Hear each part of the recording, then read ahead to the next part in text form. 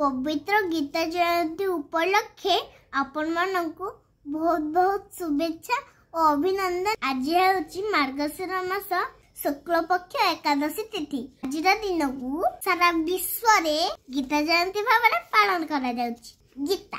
गीता हेउछि भगवान श्री कृष्णंकर मुख निश्रुत वाणी। महाभारत युद्ध रे निजर कर्तव्य उहरी जाइथिबा अर्जुन को निजर कर्तव्य प्रति सचेतन करथिले भगवान श्री कृष्ण।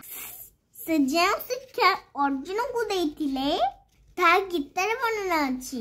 ए गीता ग्रंथ रे 18टी अध्याय और 700 श्लोक अछि। यह भक्ति योग, ज्ञान योग, कर्म योग रे वर्णना कराइछि।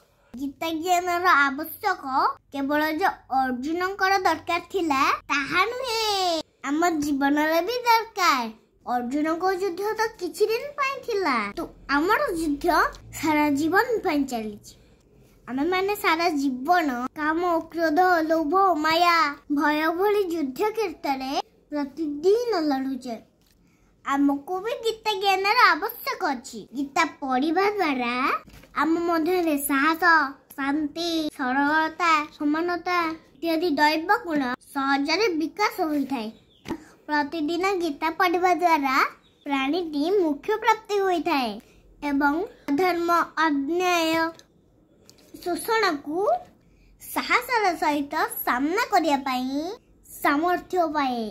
तेणु हमको गीता पढ़िबा निहाती आवश्यक। आज पाई रहिली। नमस्कार। जय श्री जगन्नाथ।